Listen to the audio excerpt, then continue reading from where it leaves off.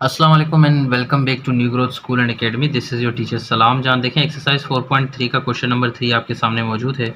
इसको सॉल्व कैसे करेंगे? हम लिखेंगे x plus 3 divided by x square plus 4 x plus 5। इसको पहले पार्शली हम लोग लिख लेंगे, फिर उसके बाद a और b की वैल्यू निकालेंगे। मैंने आपको कल भी कहा था कि अगर आप इंडिविजुअल पावर आपके सामने मौजूद हो तो उसके लिए हम लोग वेरिएबल सिलेक्शन इस तरह करते हैं, a x प्लस बी। आपके प्रीवियस एक्सरसाइज और इस एक्सरसाइज में ये फ़र्क है, इस फ़र्क को भूलिएगा नहीं ताकि आपके सवालात आराम से सॉल्व हो जाएं। तो ए एक्स प्लस बी की डिवाइड करेंगे एक्स स्क्वायर प्लस 4 से, और यहाँ पे जो एक और वेरिएबल मेंशन होगा सी, उसको डिवाइड करेंगे एक्स प्लस 5 से। आपके ये एक्सरसाइज के तमाम सवालात ऐसे ही सॉल्व होंगे, तो इसको हम नाम देंगे इक्वेशन नंबर 1। इसके बाद हम लोग क्या करेंगे, इस पूरे इक्वेशन के साथ इस टर्म को मल्टीप्लाई करेंगे जैसे हम लोग करते आ रहे हैं। तो यहाँ पे भी यही होगा, हम लिखेंगे मल्टीप्लाई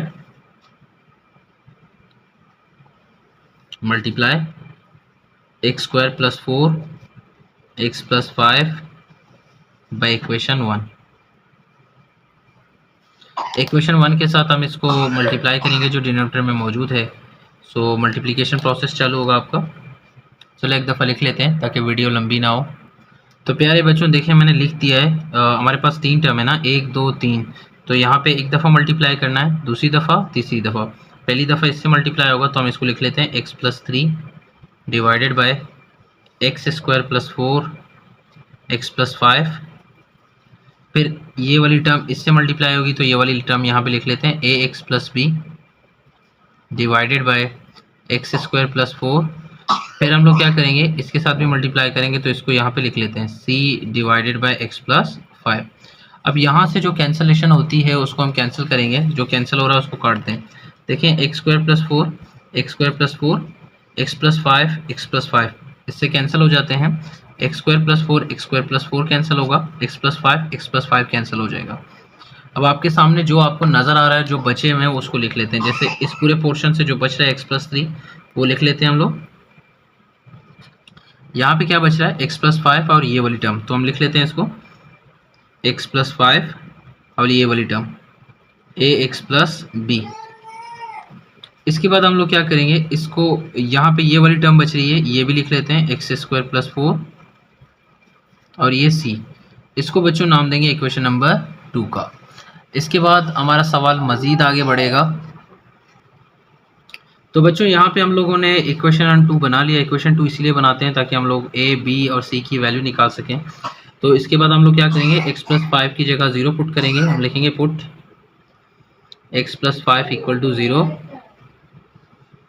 एक्स प्लस 5 की जगह 0, ये प्लस 5 है, दूसरी तरफ जाके क्या हो जाएगा, -5 हो जाएगा। कहाँ पे पुट करना है, इक्वेशन 2 में। तो इन इक्वेशन 2, इस पूरे इक्वेशन में जहाँ पे आपको x प्लस 5 नज़र आएगा वहाँ पे 0, जहाँ पे x नज़र आएगा वहाँ -5 पुट कर देना है। अब देखिए यहाँ पे x लिखा हुआ है, यहाँ पे आप लोग लिखेंगे -5 प्लस 3 इज इक्वल टू, यहाँ पे लिखा हुआ है x प्लस 5, यहाँ पे 0 आ जाएगा। ये वाली टर्म पूरी लिख लें, a x की जगह आपके पास आएगा -5 प्लस 3 प्लस b प्लस, यहाँ पे दोबारा x आ रहा है, x की जगह आप लिखेंगे -5, इसके ऊपर स्क्वायर प्लस 4 और ये आ गया c। अब -5 प्लस 3 आपके पास बनेगा -2। ये पूरी टर्म 0 मल्टीप्लाई हो रही है तो ये पूरी टर्म 0 हो जाएगी। -5 स्क्वायर ये हो जाएगा 25 प्लस 4 और ये आपके पास आ गया c। -2 इज इक्वल टू, इससे ये प्लस होगा तो ये वाली टर्म आ जाएगी, 25 में से 4 मिलाएंगे तो हो जाएगा 29c 29c। 29 यहाँ पे मल्टीप्लाई हो रहा है, दूसरी तरफ अगर आप इसको शिफ्ट करेंगे तो हो जाएगा -2/29। तो बच्चों ये आपके पास आ गई c की वैल्यू। अब हम लोगों ने क्या निकालना है, ए बी निकालना है। तो ए बी के लिए हम क्या करेंगे, इक्वेशन नंबर 2 को ए बी के लिए हम इक्वेशन 2 को एक्सपेंड करेंगे। सो हम लिखेंगे एक्सपेंडिंग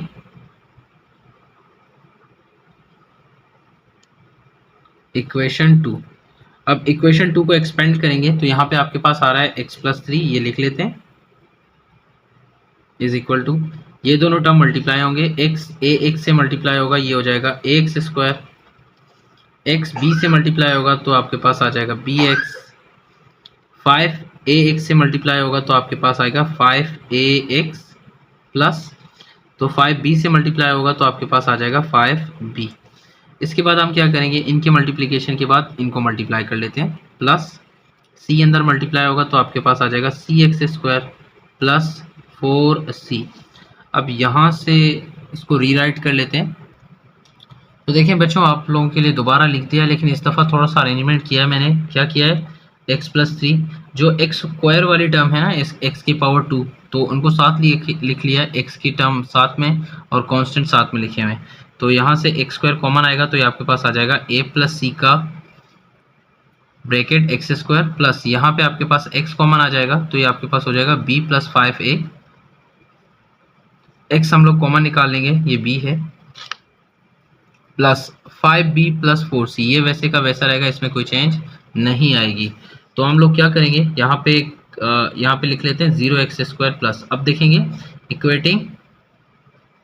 इक्वेटिंग कोफिशिएंट्स। अब यहाँ से हम लोग क्या करेंगे, जितने भी कोफिशिएंट्स हमारे पास मौजूद है उनको इक्वेट करेंगे। यहाँ पे एक्स स्क्वायर है, यहाँ पे एक्स स्क्वायर 0 है, मतलब नहीं है, तो a प्लस सी किसके बराबर हो जाएगा, a प्लस सी आपके पास आ जाएगा 0। ये आपके पास आ गई इक्वेशन नंबर 3। इसी तरह x को x के साथ कंपेयर करेंगे तो आपके पास आ जाएगा b plus 5a is equal to, तो यहाँ पे x मौजूद है तो हम यहाँ पे लिख लेते हैं 1, ये आ गया 4 इक्वेशन। इसी तरह लास्ट वाले टर्म को भी हम ऐसे ही कंपेयर करेंगे, 5b plus 4c is equal to, तो यहाँ पे क्या मौजूद है 3 आपको नज़र आ रहा है, तो ये 3 हम लोग यहाँ पे लिख लेते हैं, ये आपके पास हो जाएगा इक्वेशन नंबर 5। हमें क्या चाहिए, इस बात को याद रखना, हमें a और b की वैल्यू निकालनी है, c हमारे पास मौजूद है। तो इक्वेशन नंबर 3 में हम लिखेंगे put c is equal to -2/29 in equation 3।